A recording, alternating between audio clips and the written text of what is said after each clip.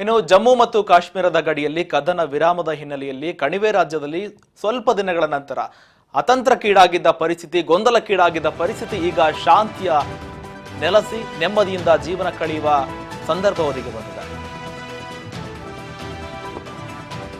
ಕಣಿವೆ ರಾಜ್ಯದಲ್ಲಿ ಶಾಂತಿ ನೆಲೆಸಿದೆ. ಈಗ ಯಾವುದೇ ಗೊಂದಲಗಳಿಲ್ಲ, ಸೌಂಡ್ಗಳಿಲ್ಲ, ಮಿಸೈಲ್ಗಳ ಶಬ್ದ ಇಲ್ಲ, ಗುಂಡಿನ ಶಬ್ದ ಇಲ್ಲ, ಯಾವುದೇ ಹೊಸ ಘಟನೆಗಳು ಆಗ್ತಾನೆ ಇಲ್ಲ. ಕದನ ವಿರಾಮ ಉಲ್ಲಂಘನೆಯಾಗಿಲ್ಲ ಕೂಡ ಎಂದು ಭಾರತೀಯ ಸೇನೆ ಈ ಬಗ್ಗೆ ಮಾಹಿತಿ ಕೊಟ್ಟಿದೆ.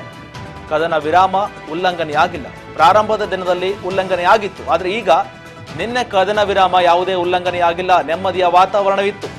ಹಲವು ದಿನಗಳ ನಂತರ ಎಂದಿನ ಸ್ಥಿತಿಗೆ ಜಮ್ಮು ಕಾಶ್ಮೀರ ಮರಳಿದೆ. ಮಿಸೈಲ್ಗಳ ದಾಳಿ, ಕ್ಷಿಪಣಿ ದಾಳಿ, ಡ್ರೋನ್ ದಾಳಿ, ಎಲ್ಲಾ ದಾಳಿಗಳು ಆಗ್ತಾ ಇತ್ತು ಜಮ್ಮು ಕಾಶ್ಮೀರದ ಕಣಿವೆ ಪ್ರದೇಶದಲ್ಲಿ. ಜಮ್ಮು ಕಾಶ್ಮೀರದ ಜನರನ್ನ ಒಂದು ರೀತಿಯಾಗಿ ಆತಂಕಕ್ಕೆ ಈಡಾದಂತಹ ಸನ್ನಿವೇಶ ನಿರ್ಮಾಣ ಆಗಿತ್ತು. ಯಾವಾಗಪ್ಪ ಈ ಯುದ್ಧ ನಿಲ್ಲುತ್ತೆ, ಯಾವಾಗಪ್ಪ ನಾವು ನೆಮ್ಮದಿಯಿಂದ ನಿದ್ದೆ ಮಾಡೋದು, ಜೀವನ ಕಳೆಯೋದು ಅಂತ ಅಲ್ಲಿನ ಜನ ಎದುರು ನೋಡ್ತಾ ಇದ್ರು. ಈಗ ಆ ದಿನ ನಿನ್ನೆ ಯಾವುದೇ ಶಬ್ದ, ಗುಂಡಿನ ದಾಳಿ, ಡ್ರೋನ್ ದಾಳಿ ಆಗಿರ್ಬೋದು, ಕ್ಷಿಪಣಿ ದಾಳಿ ಆಗಿರ್ಬೋದು, ಯಾವುದೇ ಉಲ್ಲಂಘನೆ ಆಗಿಲ್ಲ. ಮುಖ್ಯವಾಗಿ ಕದನ ವಿರಾಮ ಏನು ಜಾರಿಯಾಗಿತ್ತು ಅದು ನಿನ್ನೆ ಉಲ್ಲಂಘನೆ ಆಗಿಲ್ಲ. ಕದನ ವಿರಾಮ ಜಾರಿಯಾದ 5 ಗಂಟೆಯಿಂದಲೇ ಸತತವಾಗಿ 5 ಗಂಟೆಯಿಂದ 8.5 ಗಂಟೆಲೇ ಆ ಕದನ ವಿರಾಮವನ್ನ ಪಾಕಿಸ್ತಾನ ಉಲ್ಲಂಘನೆ ಮಾಡಿತ್ತು. ಆದರೆ ನಿನ್ನೆ ಆ ಪ್ರಯತ್ನ ಮಾಡಿಲ್ಲ. ಯಾಕಂದ್ರೆ ನಿನ್ನೆಯಿಂದಲೂ ಕೂಡ ವಾರ್ನಿಂಗ್ಗಳು ಯಾವ ರೀತಿ ಹೋಗಿದಾವೆ ಅಂದ್ರೆ ಪಾಕಿಸ್ತಾನಕ್ಕೆ ಮುಟ್ಟಿ ನೋಡಿಕೊಳ್ಳುವ ವಾರ್ನಿಂಗ್ಗಳು. ಯಾವ ಸಂದರ್ಭದಲ್ಲೂ ಬೇಕಾದ್ರೆ ನಾವು ರೆಡಿ ಇದ್ದೀವಿ.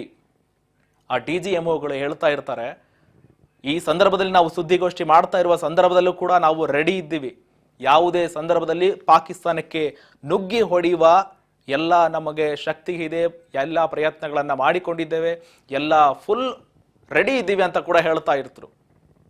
ಆ ಪ್ರಯತ್ನಕ್ಕೆ, ಆ ವಾರ್ನಿಂಗ್ಗೆ ಬೆಚ್ಚಿ ಬಿದ್ದಿದ್ದಾರೆ ಕೂಡ ನಿನ್ನೆ.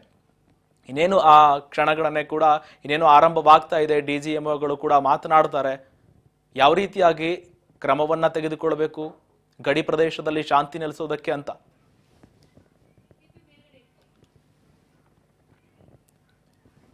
ಯಾವುದೇ ವಿಮಾನದ ಹಾರಾಟ ಇಲ್ಲ, ಕ್ಷಿಪಣಿಗಳ ದಾಳಿ ಇಲ್ಲ.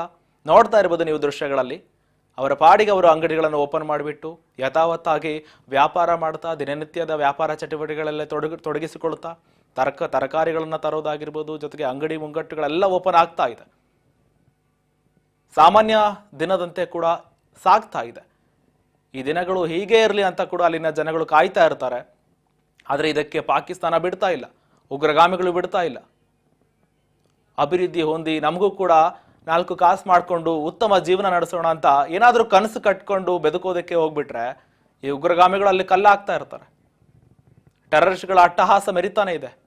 ಇದಕ್ಕೆ ಪ್ರಮುಖ ಕಾರಣ ಪಾಕಿಸ್ತಾನ. ಅಲ್ಲಿರ್ತಕ್ಕಂಥ ಜನರಿಗೆ ನೆಮ್ಮದಿಯೇ ಇಲ್ಲದಂತೆ ಮಾಡ್ತಾ ಇದೆ. ಎಲ್ಲ ಪ್ರಶ್ನೆಗಳಿಗೆ, ಎಲ್ಲ ಸನ್ನಿವೇಶಗಳಿಗೆ, ಎಲ್ಲ ಘಟನೆಗಳಿಗೆ ಹಿಂದೆ ಅಂತಿಮ ಪೊಲೀಸ್ ಸ್ಟಾಪ್ ಆಗಲಿ ಅಂತ ಕೂಡ ಕಾಯ್ತಾ ಇರ್ತಾರೆ ಗಡಿ ಪ್ರದೇಶದ ರಾಜ್ಯಗಳು. ಪಾಕಿಸ್ತಾನದ ಜೊತೆಗೆ ಜಮ್ಮು ಕಾಶ್ಮೀರದಲ್ಲಿರ್ತಕ್ಕಂಥ ವಿವಾದ ಏನಿದೆ ಎಲ್ಲದಕ್ಕೂ ಇವತ್ತೇ ತಿಲಾಂಜಲಿಯನ್ನ ಹಾಡ್ಲಿ ಅಂತ ಕೂಡ ಎದುರು ನೋಡ್ತಾ ಇರ್ತಾರೆ. ನೋಡ್ಬೇಕಾಗುತ್ತೆ ಏನಾಗುತ್ತೆ ಇವತ್ತಿನ ಬೆಳವಣಿಗೆ ಅಂತ.